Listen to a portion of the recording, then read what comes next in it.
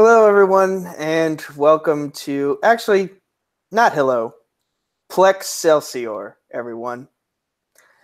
Welcome to a very special episode of our Arrowverse discussion show, Crisis on Earth Plex. But this week, we're going to be taking a break from Bebo and Friends to discuss one of the comic book industry's most notable figures, the man, Stan Lee.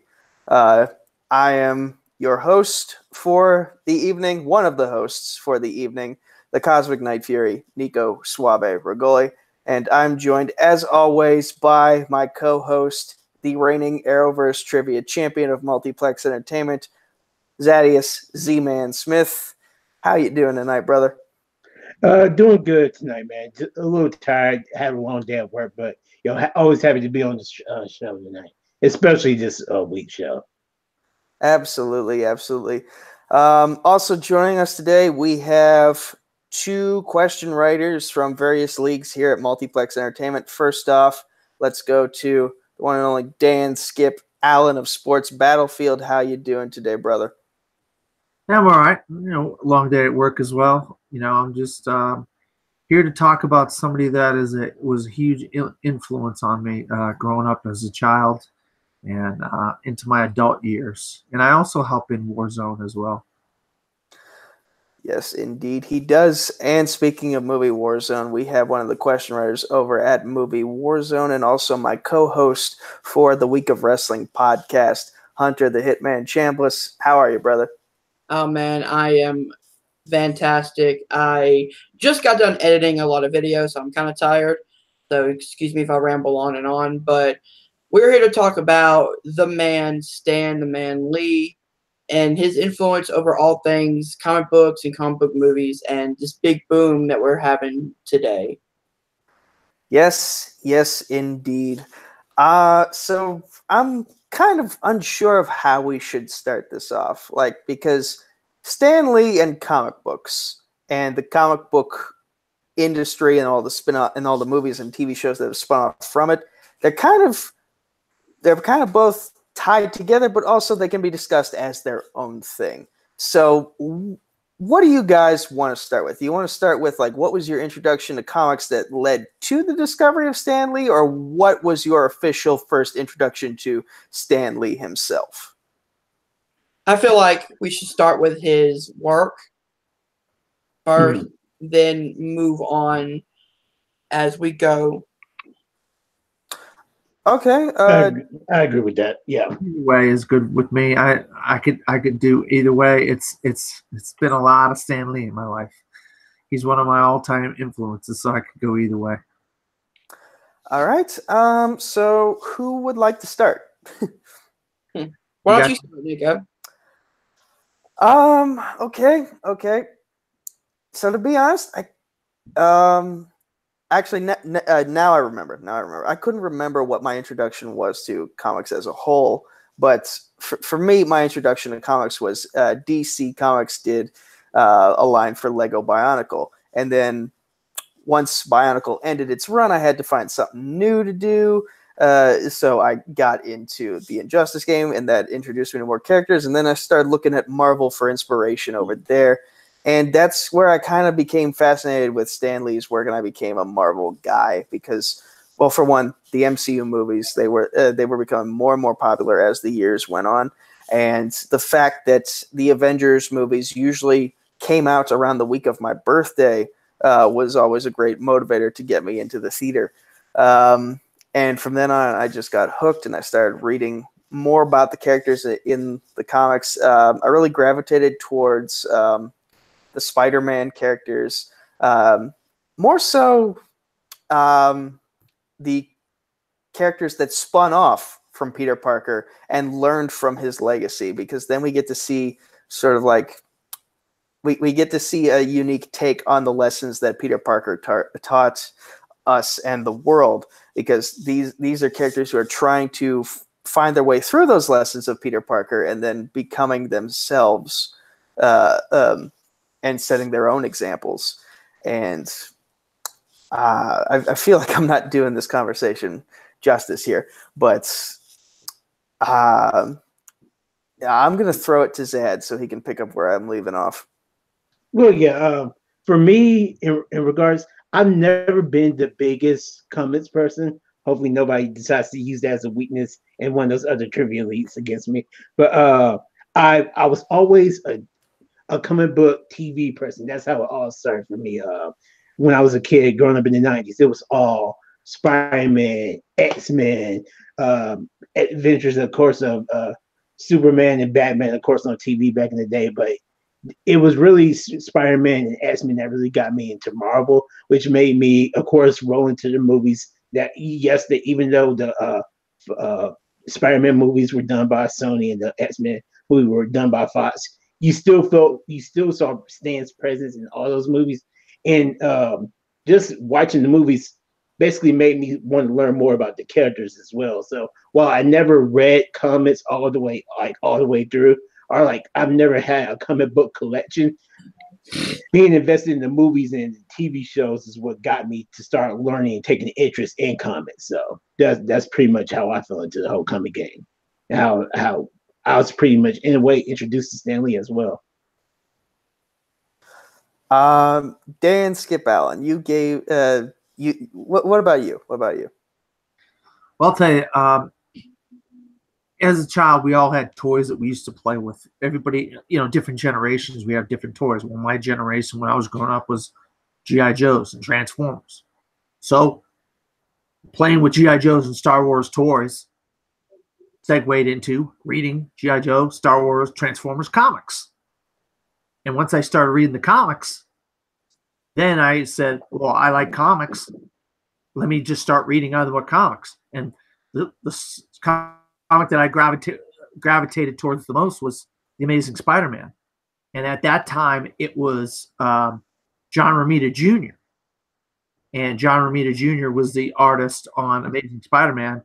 And then, John Romita Jr. And I said, let me read John Romita Sr.'s runs.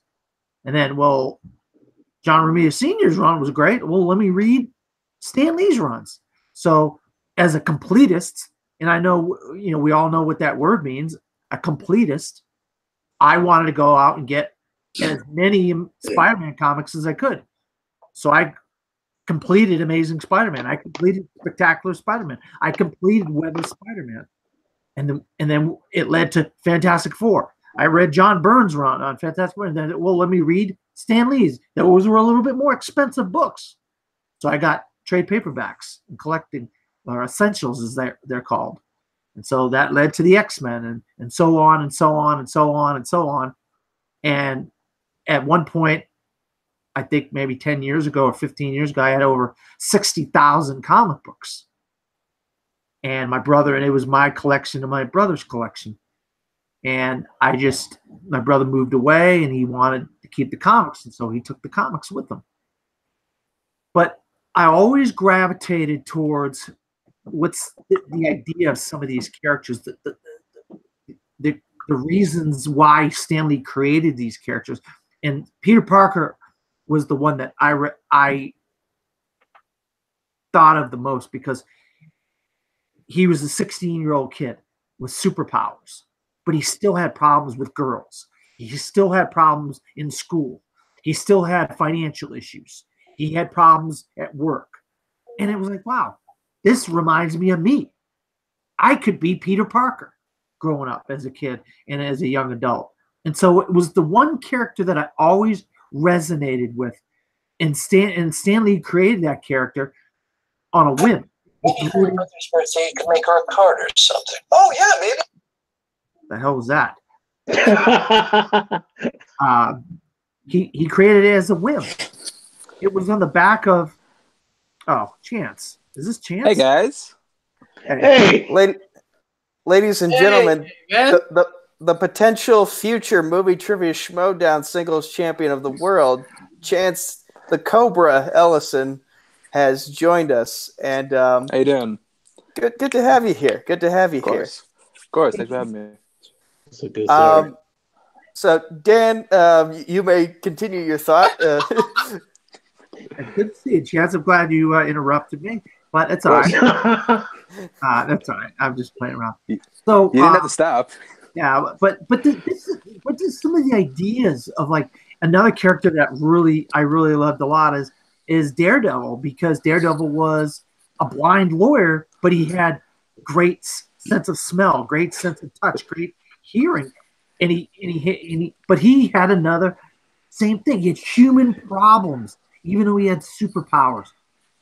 The X-Men, even though the John Byrne run on the X-Men, Stan Lee created the X-Men, and he gave them all these powers, but he made them martyrs. People hated them because they had born with mutant abilities. So that was like a racist type of situation with the X-Men. So he always gave all these characters a human side, so you could relate to them, and society really looked at these characters like, yeah, we could relate to the X-Men, or we could relate to Peter Parker, or we could relate to the. And that's what I loved about reading comics, and that's why I had over 60,000 comics in my personal comic book collection at one point. And I read comics for over 30 years, and I just gave my comic book collection to my brother. He has my comic book collection, but I'm starting to get a lot of my trade paperbacks and all this sort of stuff back. Essentials, I'm starting to get a lot of that stuff back. As a matter of fact, I just got like 10 boxes of Essentials today from my brother. So it's kind of cool that I'm getting some of my comics that I grew up reading. And these Essentials, they're like this thick. There's like 20 issues in each one. And I got like 50 of them today. So I'm really looking forward to going back and reading the old Stan Lee and Steve Ditko Spider-Mans and so forth. But yeah, Stan Lee, I think, really made me who I am today. Actually, I learned how to read by reading comic books. Reading comic books was the thing that really got me into learning how to read. And that's the one thing I'm an advocate of. Children that don't know how to read or need to learn how to read, find things that they're interested in, and that'll help children learn how to read. And I read comics, and that's how I learned how to read. Hooked on phonics? Bullshit. Pick up a comic book. Hey, good job. Behind it. I know that was kind of long-winded introduction, but I really he's one of my all-time influences. No, that's fine, man. It's all about your feelings right now. So that was completely fine. So Hunter, I think it was your turn to talk, but Chance Ellison is slightly more important, so we're gonna go to him next. only slightly. I'm hurt. Ouch. Yeah, like when I funny enough, I first saw this news thanks to a post on your guys' page. It was something Koho posted. I just like R.I.P. Stanley. I was like, wait, what? And then I immediately went to Google just to see see if it was actually true, and it was. And Stanley passing away, which by the way is something I never thought could actually happen, because like he was in that same group as like Prince, as like people I thought like just were unable to die. But yeah, I mean, his passing symbolizes the last of the what I call like the Mount Rushmore of like comics writers and creators, because like if you look at it, it'd be Malcolm Wheeler Nicholson, Steve Ditko, Jack Kirby, and Stan Lee. Like those four guys, they were the most influential people for the comics industry. Both of which had their hands in both Marvel and DC. The stuff they did, just revolutionizing an industry that for a brief period only existed in like the Sunday, the funnies that you got like every Sunday in the newspaper. Like they created some of the most like memorable characters. They had like a really profound effect on me. Like, I grew up like reading like X-Men comics, watching the X-Men TV shows. Like that's those like the ones that introduced me to Marvel.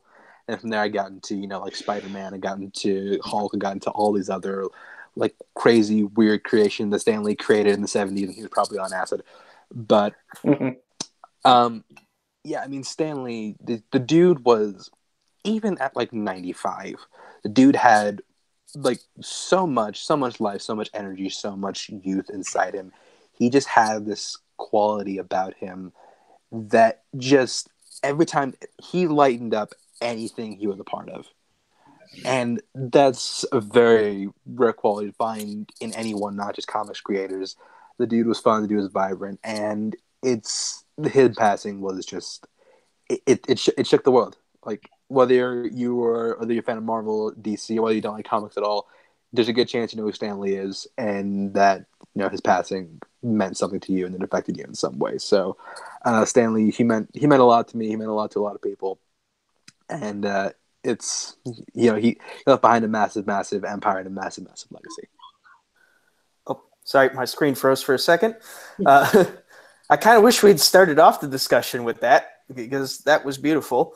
But Hunter, you now have a chance to top that. So.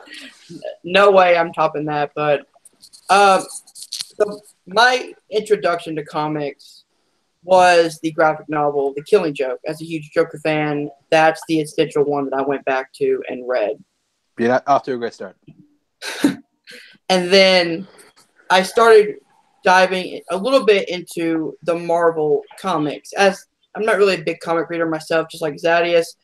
But I went into stuff like Spider-Man, which, at being a 16-year-old kid at the time, really I started falling in love with the character of Peter Parker, his struggles, and all the stuff that a 16-year-old kid was going through at the time. And then I started into the run of Superior Spider-Man, which was Doc Ock in the brain of Peter Parker, and now he is Spider-Man, and what that would do with the kind of the psyche of the Dr. Ock character. And I loved that issue. I loved those runs of that comic issues. But yeah, as really someone who doesn't read a lot of comics, I had to focus on the movies, the TV shows, and stuff that I grew up as a kid watching. It started with Iron Man. It started with, the first X-Men I grew up watching. Just these influential Marvel-type movies that I was lucky to be growing up and seeing how the comic book genre turned from something that people didn't really talk about and people didn't really – comics were for kids, and these movies were just glorifying that these were for kids. But now, if you look at the landscape of the most money that movies are making, are comic book movies, are based on these comic book characters, and that transition was something that I'm so glad I was around to see the evolution of, and Stan Lee was a big part of it. You wouldn't get all these characters without him. He was really influential to a lot of different comic book writers, comic book artists, directors, actors, whatever. And even in his 90s, he was still, as Chance said, he was a ray of hope.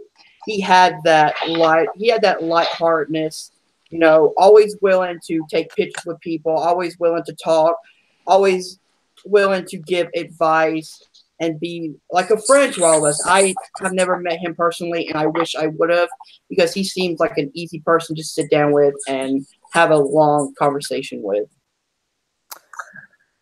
And so that's how we got involved or got invested in Stan Lee's work. Now let's transition to our introductions into Stan Lee, the man. Like, how did we first discover, hey, who's this person with such a vibrant personality that's just popped up out of nowhere in our movie screen, but yet he seems like super important? And for me, now I'm not sure if I'm right here because my memory is sometimes shit, but I believe my introduction to Stan Lee, the person, was one of his cameos in the Fantastic Four movies of the 2000s. Now I can't remember whether it was when he was the mail carrier in in the first Fantastic Four movie, or whether it was as himself attending Reed and Sue's wedding in the second one. But I just remember seeing that face, and I was like, that's a cool guy right there. That's a cool guy right there. And from then on, I saw more of his cameos in all of the MCU movies. He made a lot of cameos in the Ultimate Spider-Man cartoon series. Yes, when he was the janitor. So funny. He was in the Lego Marvel games, and there was this cool feature where you always had to save him from various areas of New York and the rest of the Marvel universe, and by the time you saved him a certain amount of times, you could unlock him, and he could basically do everything every character could do. Like he had an iron stand suit. He could swing webs. He could turn into a stand version of the Hulk, which, by the way, is probably a throwback to the him drinking that green soda scene in the Incredible Hulk. And I didn't play the game, but I remember the most recent Spider-Man for the PS4 game, and he's in there for just a quick second where he's saying how nice Peter and MJ are together, and I was just like, that's so sweet, and like Stan Lee's personality, even if he was there on screen for like just a second, it carried a lot of weight. It carried a lot of emotional weight that made you just feel good inside. As Chance said, he was a ray of hope that just kept spreading. And you hear a lot of that from the stories that other people who have interacted with him have told. Like, so many of the Fat Man on Batman podcasts have had stories in which Kevin Smith would talk about interactions he had with Stan Lee, and Stan being at con, and that. Now, granted, the past couple of years, that was when his age was starting to show in his medical condition, but he was still so full of energy and happiness and positivity. And I love hearing about how he met his wife, and then they got married in like 2 weeks, and they were together for literally 70 ye's, which is crazy. It's crazy for a relationship to last that long. So that's true love. Like that's just more of his ray of hope showing, is that he actually had true love in his life. And when his wife passed, like, it almost literally killed Stan. Like that's when the medical issues started to get worse, was because like he almost died of a broken heart, in a way of thinking. So Stan Lee, as we've all said here, was just a beautiful, beautiful man. And Zadius, I'm going to throw the conversation to you now. Just what was your earliest memory of Stan Lee? Earliest memory. Funniest thing is first of all, let me piggyback off something that Hunter says. I also, unfortunately, was never able to meet the man. I was never able to get to a con, but it was great hearing how he was so approachable and how he was with his fans. That's kind of how you wish all celebrities were, that they were all so approachable to their fans. However, I still do feel blessed that I've been affected by his work so greatly. And it took me this week to realize, and it made me remember that I actually, while I never met Stan Lee in person, I really saw Stan Lee like when I was a kid, and that was in the original Spider-Man. Well, not the original, but the Spider-Man animated series cartoon. He had a cameo in that show where Spider-Man basically went to go visit Stan Lee, and he was writing him as a hero. He was writing. It was a very meta episode, but it was a very cool episode. Once I saw him, like, wow.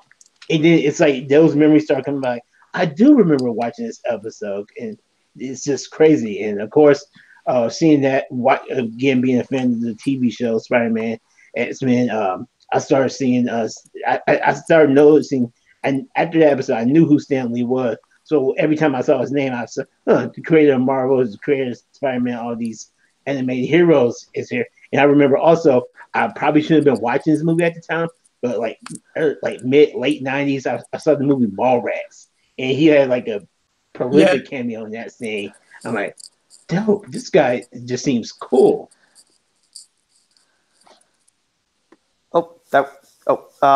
Hunter.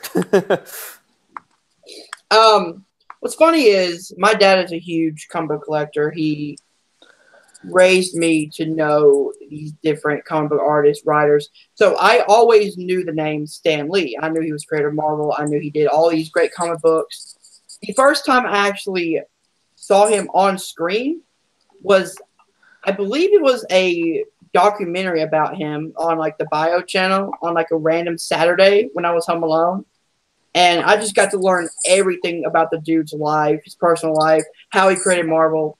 And then that was my introduction to it. And then, of course, the first Spider-Man movie was the cameo with him and Peter. So I've always known about him, and I got to learn more as I was younger growing up.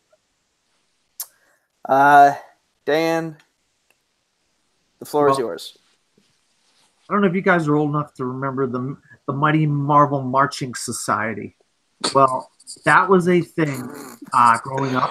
I know what it is. I wasn't there for it. I know what that is. Yeah, I've heard of it. I don't know what it is either. Yes, please explain.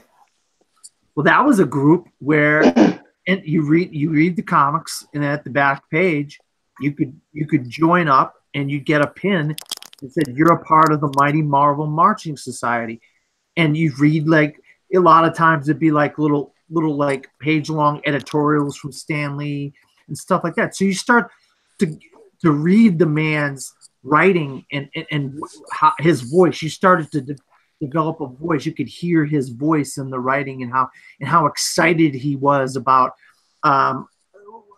comics and the fans that read the comics and the people that responded when you get to write in and talk and stuff like that. And you read a lot of the voice that I recognize too was like on the comics itself. It would read like, this is the issue you need to read. If you don't read any other ones, you need to read this one or whatever. This could be the end of such and such character or whatever. And you knew that was Stan Lee's voice coming out on those covers or whatever. And then like Zaddy said, there was an old Spider-Man cartoon where it was Human Torch, it was Iceman, Spider-Man. Yeah, Iceman, Spider-Man, and Yeah. I think a girl. Firestar. And he would there we go. He would be on there. His voice, he would do like voiceovers for different That's right. various parts of the cartoon. So you started to hear his voice. And maybe 20 years ago, I was able to acquire an Amazing Spider-Man #1 for a pretty good price. And he came to Orlando, and I was able to go and meet Stan Lee and have him autograph my copy of Amazing Spider-Man #1. I sold that Amazing Spider-Man copy #1 about 5 years ago for $11,000. Oh, Jesus Christ. And now I wish I had not sold it. I wish I still have that today. But that is a regret that I will always have the rest of my life because that will end up being priceless. And you want to talk about Mount Rushmore, I want to go you one step further, Nico. How about the Mount Rushmore of creativity of people like Tolkien, Walt Disney, Stan Lee, and H.G. Wells, or Wells, or the Lion, the Witch, and the Wardrobe. What's C.S. Lewis? C.S. Lewis. So I would say those five maybe. There's probably the five greatest. I mean, creative, fantasy, sci-fi, whatever you want to call it, minds ever to exist, in my opinion. And so I'll do you instead of comic book greats. How about literary greats? Was William Shakespeare on that list? No, good point. He wasn't really a novelist. He's more of a playwright. Poet. That's not poet. really. Yeah. Poet is more like it. But if you think about it, The Lord of the Rings and The Lion, the Witch, and the Wardrobe, and comic books, and Walt Disney with his animation and everything. These guys have really shaped the world that we live in. You're not wrong. You're not wrong. Adonis Nazario is in the chat room, and he says that Stan Lee is our Mark Twain. And you could argue that, yeah. So, Chance, what was your first introduction to Stan Lee, the person? Okay, so funny enough, I didn't even know. I was introduced to Stan Lee, I didn't even know it. So my first introduction, well, first of all, funny story. The first time I saw Stan Lee's name spelled out, someone misspelled it for me. He spelled it Stan L-I. So for the longest time, I actually thought he was Asian. I didn't know he was. At least, brother. My first introduction to him was, I think Dan will probably remember this. There was a failed X-Men pilot called Pride of the X-Men. Mm-hmm. And if you look it up on YouTube, you can find it. And it started with this intro. Hello, true believers. Welcome to Pride of the X-Men. And it had like a Stan Lee intro. I'm like, who was that? And then like, I remember watching the first Spider-Man, Hulk, and Fantastic Four in theaters. And I see the same dude popping up in everywhere. I'm like, yo, who is that? And then I find out, oh, that's Stan Lee. And yeah, from then on, he just like instilled in my brain. Every time he was on screen in anything, he left an impression just because he was that kind of guy. I mean, he's someone that if you did meet him, or just even if you had any contact or any just like, you know, like version of which you saw him in, like whether it was like one of the many cameos or roles in anything, he's someone who just left an impression on you. And that's a very rare quality for, like, there are very few actors who can do that, and for this guy to come in and be able to do a thing that most people who actually make film, actually like act movies for a living, can't do, that's incredible. So this format that we're doing here is way different from what I'm used to, which is we have episodes of shows and then we recap them, and then like this I didn't really have. I have an idea. Shoot. How about we do like our favorite Stan Lee cameos? I want to save that for the end though. Okay. So I guess, like, we've mentioned our love of certain characters, but what are some of the other characters that people might not know about that he created that we really drew to? I'll start with Zad. Really drew to? Yeah, like who caught your eye that he created? It's gonna sound like a burger for myself, even though Spider-Man was what I was first introduced to. However, probably my favorite. Yeah, it's hard to like really categorize a Marvel character as one of my favorites, but it would be like a tie between Spider-Man and X-Men. And I would say that mainly I would side towards the X-Men mainly because I felt like they stood for a lot more than Spider-Man did. Like, I mean, everybody can relate to Spider-Man like in their own way. I can believe that, but I feel like the X-Men also was a sign of the times of, like, basically when I was growing up, or back, not necessarily when I was growing up, but to the sign of the times when the X-Men were first created. And unfortunately, sometimes it seems like some of that stuff is more relevant again today. But yeah, it was amazing how his works like wasn't just for pop culture, but it was actually like almost everything he did actually influenced culture, and it can relate to the world around us today. Hunter. So I have a character that I don't know why I was drawn to, but as I kept reading the issues of the comics, I realized, oh, this dude has so many layers, and you understand where he's coming from. And the movies helped me a lot with that, but the comics go into very much detail, and that's Magneto. Magneto, on the surface, he seems like this generic villain, but then as you meet Eric, as you meet the real guy, you really learn that this dude has a tortured backstory. He feels like he's doing right. He wants to kill humans because humans are treating him differently than anybody else. And that's something that we can all relate to in some way. We all feel different. We all feel like people are against us. He just took it that one step too far on the edge of insanity. But that's why I really drew to this character, is because that could be any one of us have felt that way before. And, that way of just taking Magneto and giving him emotion heart is what drew me to the character. Mr. Skip Allen. I'll tell you, I mean, obviously I've said how influential Peter Parker and Spider-Man is, but because just for the sake of changing, there is a movement in our country, and the thing is, Stan Lee always changed with the times. He always did something with the era that's going on. He did, for instance, the Black Panther. He created the Black Panther before there were actually Black Panthers in the country. The Black Panthers took from the Black Panther to name their organization the Black Panther. And then they try to change the Black Panther because they want to be associated with the Black Panther in the 70s and the whole rights movement and all that, civil rights movement and stuff like that. So that's stuff that Stan Lee did to create characters. I mean, he created so many. I was looking on the Wikipedia page. He had thousands of characters that he created. And the page kept on going.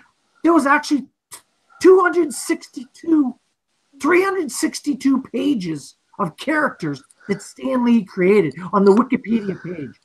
That's how many pages of characters that he had created. It goes on and on and on.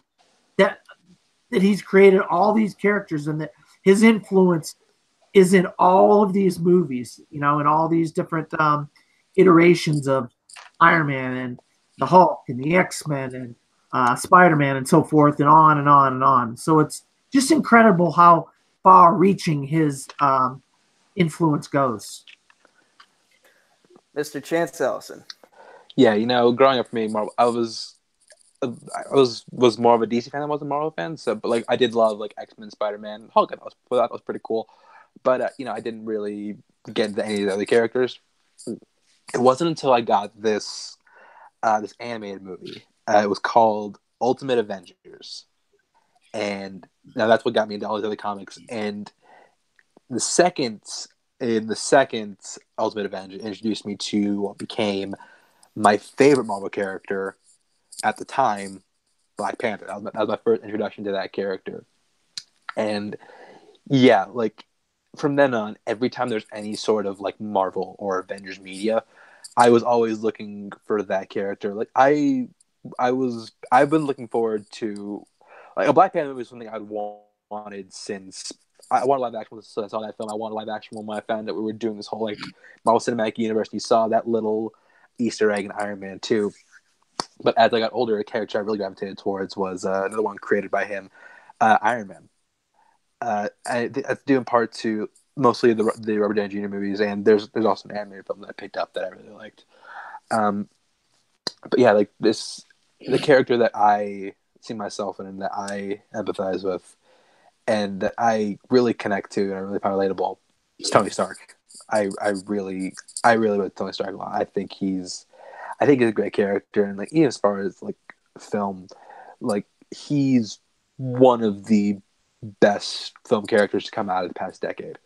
Robert Downey Jr. as Tony Stark, I'll go as far as to say he's one of the best portrayals of a superhero of all time, and that all stems from an idea by Stan Lee. So you really just take a look at pop culture lexicon and the film industry, and you can really see the influence that he's had from all the way back from the 60s. And can I just add to that real quick what Chance has said? Sure. Iron Man was created back in the 60s, like Chance said, and it was the Vietnam War was going on at the time. And so he was created, his father was in Vietnam, and then he ended up creating it. And then, of course, the movie, they updated it to the Afghan War, Iraqi War. So even Kevin Feige is influenced by Stan Lee, and he updates Stan Lee's story and creation and makes it modern to today. And that's what Stan Lee did all the time. He always used the stuff that was going on in the real world and put it into the comics so people can relate to it. I just wanted to add that quick thing there. Before I get to my characters, I'll just piggyback off of what Dan said about Kevin Feige sort of following Stan Lee's example. And so in a tribute earlier this week to Stan Lee, Stephen Colbert mentioned how Stan Lee, he was kind of one of the first guys to create shared worlds in which all these superheroes could interact. And lo and behold, Kevin Feige takes that idea and turns it into the biggest cinematic franchise of all time in the form of the NCU. Nobody before him had thought, hey, why can't all these superheroes just live together and interact with one another? And why can't we also be part of this world that they are in? And that's why those heroes are so human, is because they live in the human world with us, where we all have flaws and things that we have to deal with. And Chance, I feel like you're trying to say something. What? No, sorry. You were making a face that made me think you were going to say something. I did. Oh, well, I was going to say, like, because, like, you're right, because, like, you look at the early days of DC, like, Superman existed in his own world, Batman existed in his own world. When Marston created Wonder Woman, like, she existed in her own thing. Like, I mean, that's why they're all off-brand. You have Action Comics with Superman, Detective Comics with Batman. There was no, like, really unified thing, and you can really see where, like, Stan Lee took inspiration from, like, you can really see, like, the influence, like, the Universal Monsters franchise, where he took the whole concept of, like, what if all these guys lived in, like, the same universe, and what if they all, like, interacted with each other? And yeah, that was a game changer for comics. Oh yeah, indeed. And getting back to the topic at hand, which was characters that we really drew to, I, for one, have always been a fan of characters who have an association with the color green. So, no. I know where this is going. Obviously, the Hulk, Bruce Banner, and being the fan of Star Wars that I am, you constantly hear them mentioning that fear leads to anger, anger leads to hate, hate leads to suffering. Here's an example of someone who constantly had to keep his anger in check, or else he would turn into this gigantic bomb. And he found a way to harness that anger and harness the monster that he would become when he would get angry. And that monster that he would turn into became beloved in his own unique way. Like we saw it in Thor Ragnarok, the movie, where Hulk on Earth, people fear him because occasionally there are dogs barking. People became fond of people were afraid of the Hulk on Earth because of the fact that all it took was one little bit of mind control from Scarlet Witch and he would turn into this wrecking machine. But then he goes and flies off to Sakaar, and he's beloved for the fact that he can do damage in the way he does. Like, he found his calling as the Hulk in a way that he didn't on Earth. On Earth, Bruce Banner was the character people liked, and that contrast of two individuals having to share a body and eventually share two minds that slowly merged into one, depending on the continuity in which you read or viewed, that always stuck out to me. And it to fit with the theme of monsters that have a soft side, Ben Grimm, the Thing. Like, here's a guy who he got the raw end of a deal where all of his friends got something that made them special. Reed Richards, he can now stretch to tremendous lengths. Sue Storm, she can make herself invisible and project force fields. Johnny Storm, he can turn into living fire and just fly wherever he wants to. Ben Grimm, he turned into a rock, and people fear him just by looking at him. But the people who took the time to get to know him, they see the softy that is underneath all that rock, and that contrast is just something special. Because me knowing as many MMA fighters as I do, you hang around a lot of these tough guys who have soft sides to them as well. So Ben Grimm, he's like the hyperbole example of what I'm used to interacting with in real life. And getting back to the Hulk, he's an example of what we need to do as a nation and as a world right now. Is we need to get our anger in check so we don't explode and destroy everything around us. So I feel like that's a nice message to end there. Dan, you want to say something again? I know it's Hunter's turn again, or somebody, but I just want to go off on the characters you mentioned real quick. Chance mentioned the Universal Monsters, and that's exactly what Stan Lee was thinking when he created the Hulk. A guy that was kind of a mild-mannered guy, and then he would turn into this giant hulking monster. And that's the Mr. Hyde. Hyde and come on, Dr. Jekyll. Dr. Jekyll. Dr. Jekyll. Dr. Jekyll and Mr. Hyde, and that's what he took. He took from the Universal. He took from everywhere. Stan took from so many different things, and he took from the Universal monsters. And to make your point about the Fantastic Four, he like Reed. Okay, his ability was to stretch, and he could stretch it. Well, that was an analogy of he tried to do so much. He just tried to be a father. He tried to be a leader. He tried to be a great worker. So he stretched. And then, of course, the Human Torch, he was on fire. He was a hothead. He was a young guy that was kind of a hothead. So he was the Human Torch. And then Invisible, when she was shy, she kind of stayed at home. So she was invisible. A lot of people didn't notice her. And the Thing was kind of like the neighborhood kind of tough guy he kind of grew up with. And that's why he resembled people that you might have seen or might have heard about growing up in like New York or in the Bronx or in that part of New York. And so these characters are all people that he kind of resembled in his life, Stan Lee did, when he created the Fantastic Four. They all had characteristics of people that he knew and people that he could relate to when he created them. So that's a kind of a little bit of a backstory behind the Hulk and the Fantastic Four, just for you guys real quick. And you also got Daredevil. I mean, he's had the days like Justice is blind. He's gonna be blind because he's a lawyer. Justice is blind. It just makes sense. Yeah. So we're going through all these analogies now, and I'm looking at a list of all the characters Stan Lee created, and we've gone into depth about the metaphors behind those characters' creations, and now I'm just left scratching my head as to what was his motivation for creating Stiltman. He wanted to be taller. You want to be taller? You want to be taller?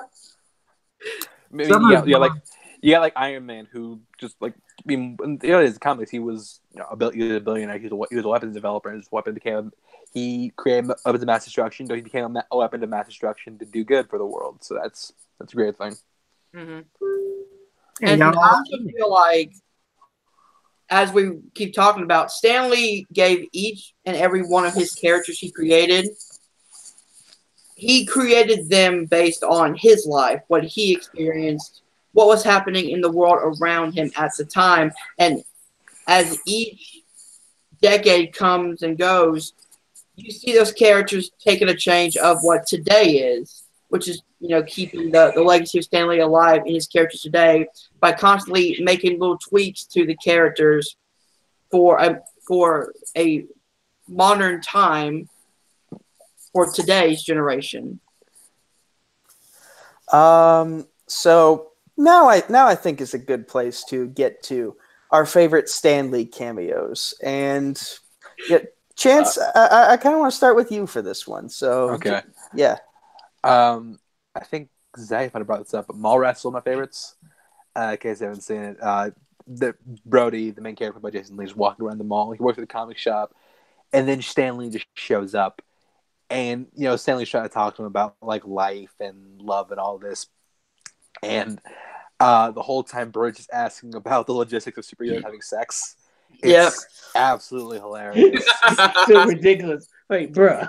It's so ridiculous. But other ones that I love, I think Hulk, where he had a scene with Lou Ferrigno, who played Hulk in the original TV show, was great. I really love his cameo in The Amazing Spider-Man.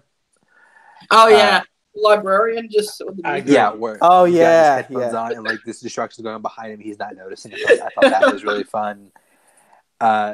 He has a great cameo just from this year alone. He has a great cameo in Teen Titans Go to the Movies, where it's really kind of just like it's really him just making fun of like him just like satirizing his cameos. It's like they're talking, he's behind him, he's like, and like they break from the scene, he's like, "Hey everybody, I'm Stan Lee here to do my subtle cameo," and someone will go look for like, "Wait a minute, this is a DC movie?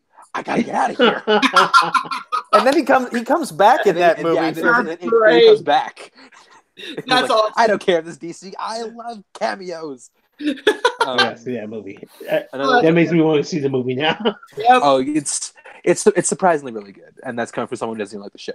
Other one I'll throw out is another one from this year, Ant-Man and the Wasp. Just because it had one of my favorite Stan Lee lines. Just like he's going to his car and the Wasp drinks it, and he just says, "Well, the '60s were fun, but now I'm paying the price for it."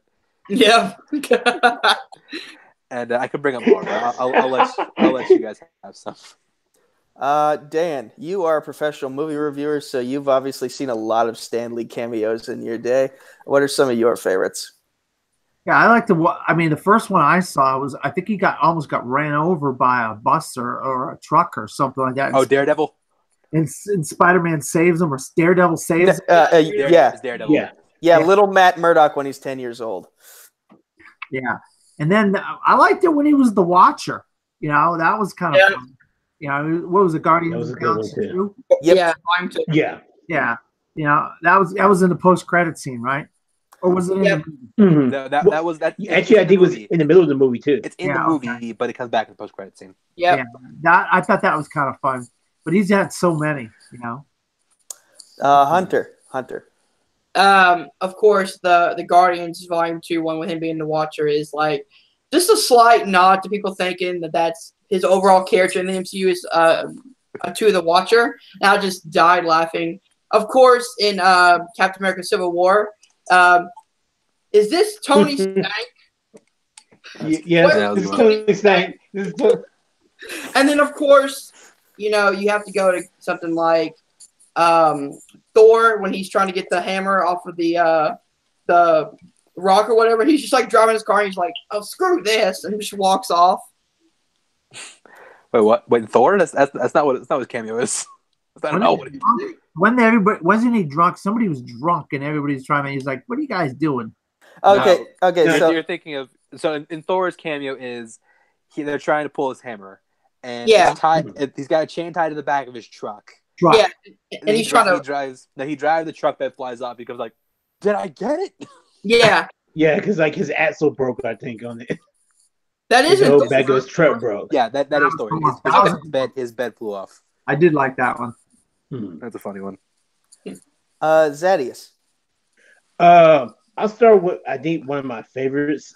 Well, I have a couple. I have a pretty good list, but I don't want to repeat too many of the ones that's already been said. Of course, what I said earlier, the fact that Spider-Man and Matt Stan Lee back in the animated TV shows was dope, and they went swinging around New York together. When Stan Lee thought he was the man, and when Thor was like telling him about this 1,000-year-old liquor that had been fermented by the gods and stuff, and Stan's like, you know what? Stop yapping. I mean, I've seen war. Like I can take it. Yeah. And in the end, he just drunk Excelsior. Back and forth. That was hilarious. And you mentioned it earlier this year because I actually finished the game. In this year's Spider-Man, he has a nice scene with both Spider-Man and Mary Jane in it, where he just knows like you two look great together. You were always my favorite. And also another one from this year was he was also in Venom, which I mean I actually like Venom, but there was a pretty sweet moment where towards the end of the movie where he's talking to Eddie and Venom at the same time. But the last one I'll just bring up is also in a movie I think from 2014. I think I may be wrong, but Big Hero 6. Damn it! You stole mine. You stole mine. I'm sorry. At the end of the movie, I think the character's name is Fred. He ends up being Fred's dad. Yeah. And they do like this silly ass underwear song, or like wear a front. I can't remember the song, but it was just dope. Talking about wearing his underwear, it's just like I can wear the same underwear 4 days. It's the joke from earlier. It was like I can wear the same underwear 4 days in a row. I go front ways. I go fronts, backwards, inside out, front and back, and then they do the same thing in the end when they find this whole superhero layer. I have one more I want to bring up quick, and that is the most funniest cameo I died laughing in Deadpool when he's the DJ at the strip club. That's a good one. The line of "You can't buy love, but you can rent it for like 30 minutes or something like that." Just had me rolling in the theaters. God damn it! You stole one of mine too. So I want to piggyback off of that real quick, just to make sure I'm not taking it from you, Nico. Are you talking about? Is one of yours mentioned a trailer, a certain trailer? I don't think so. No, I was like, yeah, Big Hero 6 and the Deadpool one where he's the DJ. Those were on my list there. I'm forgetting which one you're referencing. Well, it was basically last year when I saw Logan.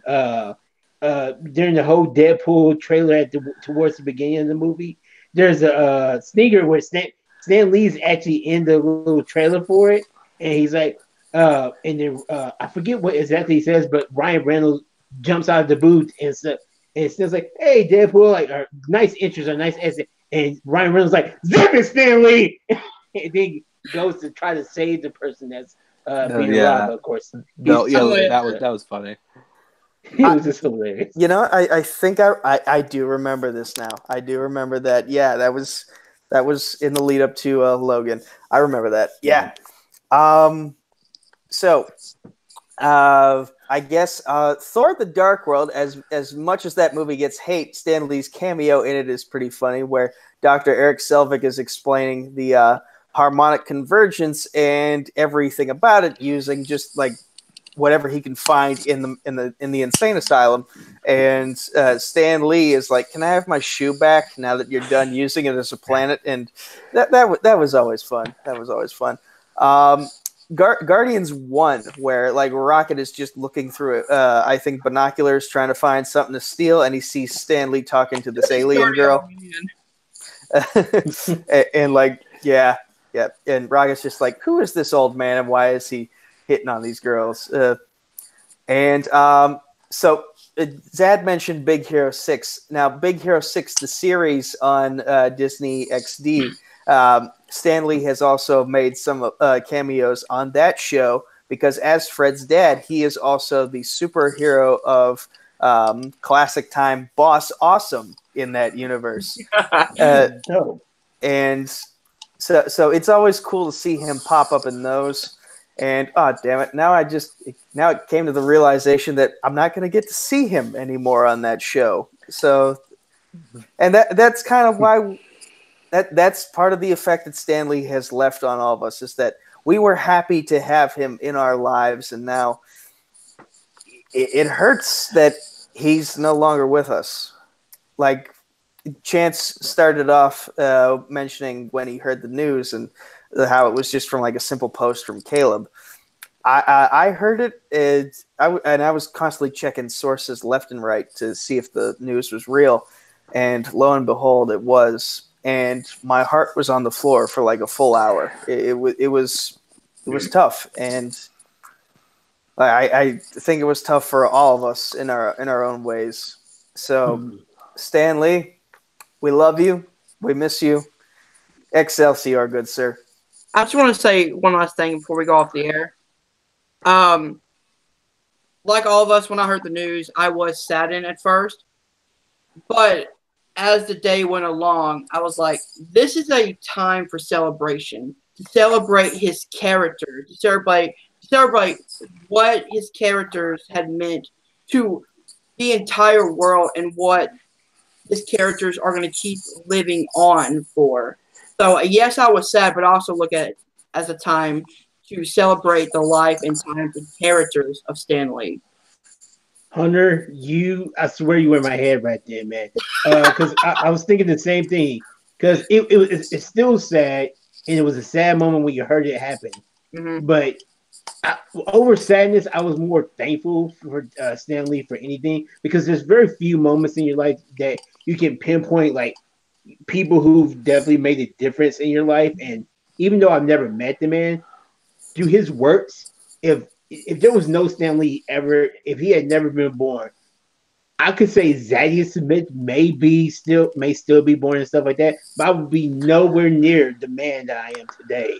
And I'm grateful for that, for being the geek that I am now. I'm geek and proud. As they say in X-Men Mutant and Proud, I'm a geek. I'm a nerd and I'm proud. So, and that's right there with big thanks to Stan Lee. So I'll be sad, but I'm always grateful for Stan Lee. Yeah, I want to. I've read hundreds and hundreds of Spider-Man comic books, but the one thing that I took from Spider-Man in Amazing Spider-Man #1, I think either Amazing Spider Fantasy 15 or Amazing Spider-Man #1. With great power comes great responsibility. And I took that into my own personal life. With great power comes great responsibility. Whether you're a leader at work, whether you're in the military, whether you're in school, you could take that and that could go into your own personal life. And when I heard the news about Stanley, I was at work and I couldn't really do much. But later on, I went to my social media feeds and I was liking and hundreds of posts on Instagram and Facebook, and everybody had a photo of themselves with Stanley in some sense or a quote from Stanley. And this wasn't just 10 or 15 people. This is hundreds of people on Instagram and Facebook. That tells you that's just a small percentage of the people that he affected and the lives that he affected.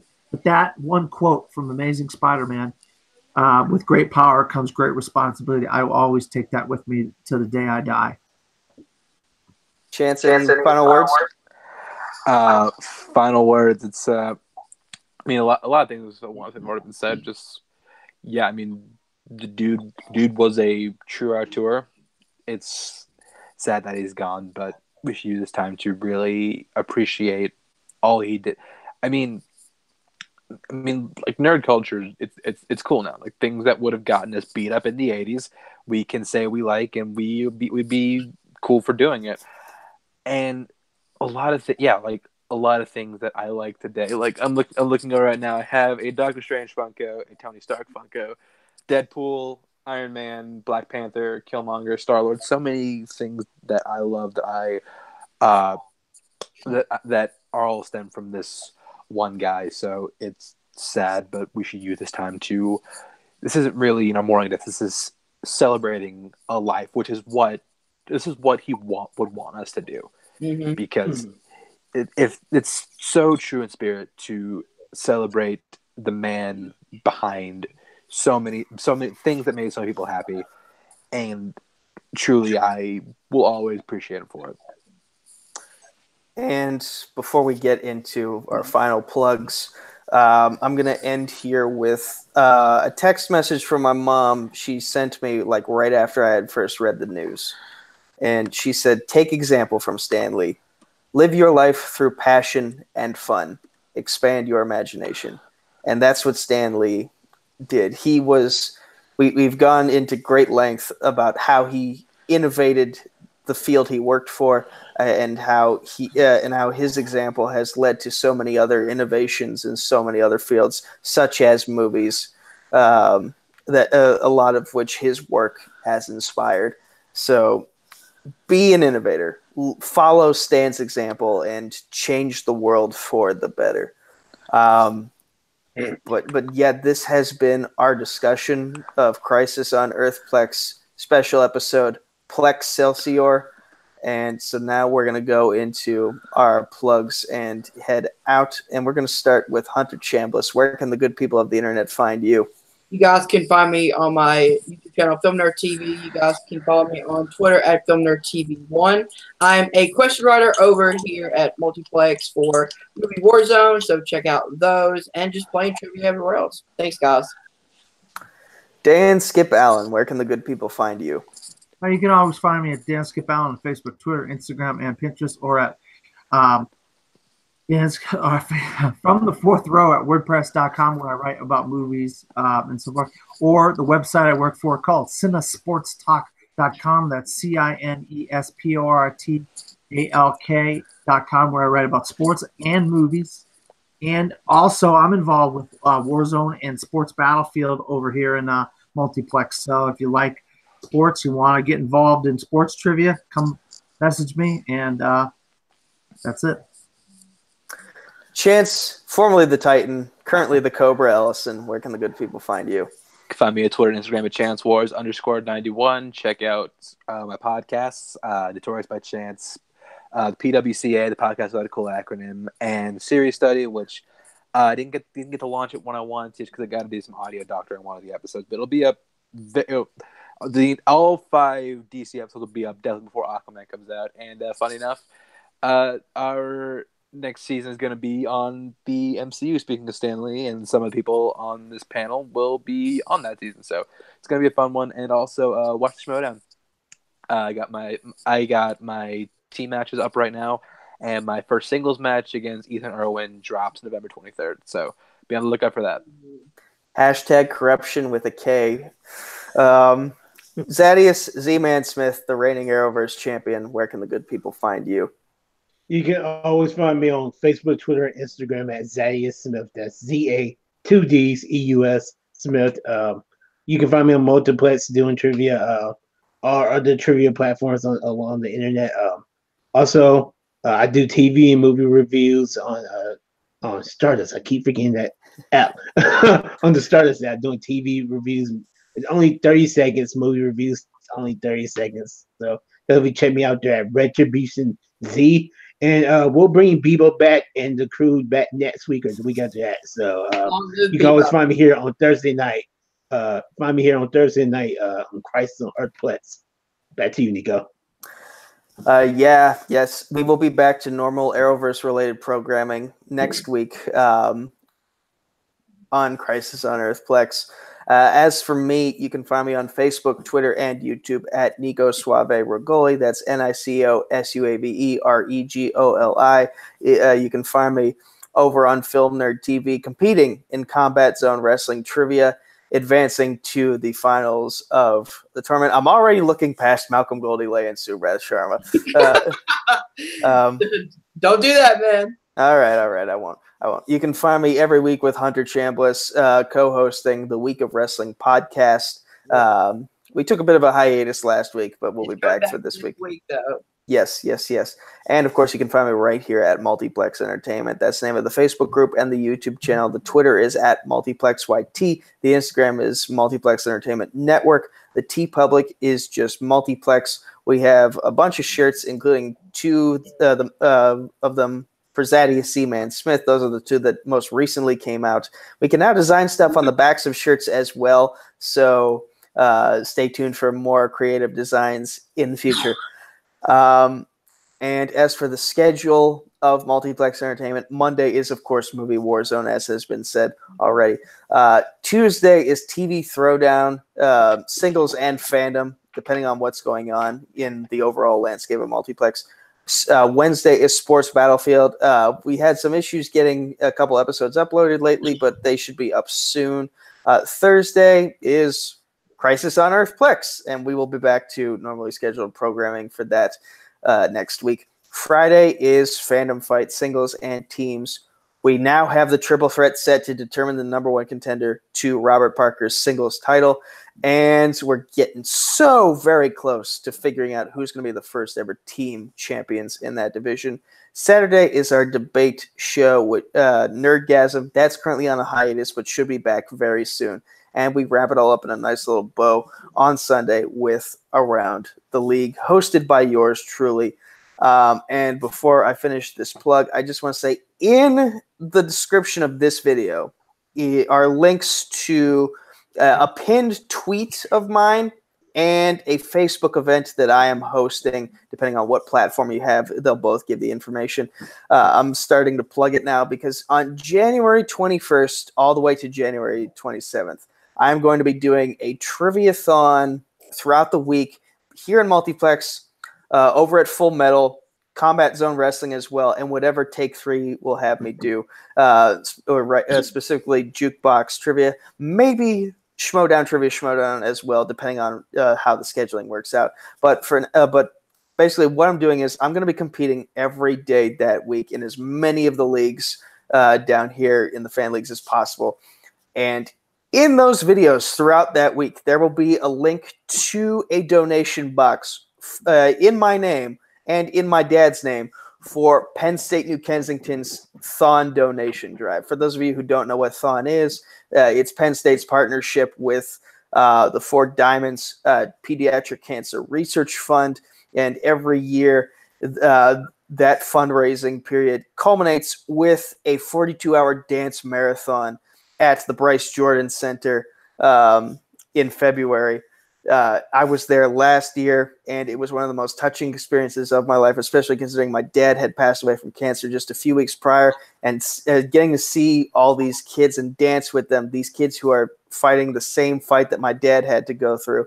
It's a very touching experience, and I'm very happy that I've been given this platform here with the Schmodown Movie Fights fan community to use this platform to give back in the same way that and re-give and spread the love that you all showed me when I was going through my hard time. So again, click the links in the description below to get information on the specifics of the event, even though I just kind of already explained how it works. Click that you're going to the event or that you're interested in the event so you can receive updates on the event's wall. And again, on Twitter, hashtag the event using trivia, the number 4, and the word THON in all caps. Use that hashtag and just help spread the word to as many people as possible so we can get as many eyes on this as possible and we can get as many donations as possible. The goal that I set on the for my donor box is $6,000. But I have a feeling if we can get so many eyes on this, we can, without a doubt, surpass that goal, maybe even double it. But again, it takes your eyes, your attention, your willingness to share what's happening online. Get more eyes on this, and we can all make a difference. We can do what Stan Lee wanted to do in his life, and that's make a difference using the platforms and the art that we create. So with that said, hey, Nico. Yes. I do want to let you know, for that thon you're doing, we are going to be uploading the finals of the Championship Gold Rush tournament. So do your best, study your ass off, and make it to that finals. Hell, I'm open to even doing it live. For that week. Fuck it. Let's do it live. Awesome. Bill O'Reilly, your words finally came to good use for once. Yep. And the questions are really close to being finished. The entire match is getting very close to being completely written. And once that is completely written, I get the okay. We're definitely going to be doing a wrestling battleground battlefield match between you two gentlemen right there. Yes. Wow.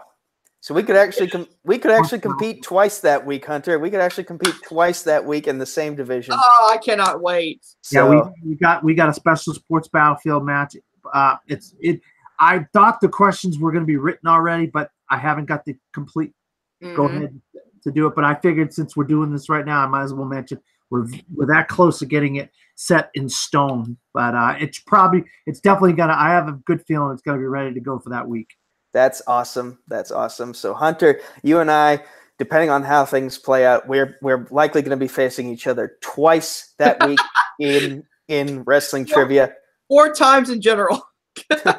And I'm going up against each other.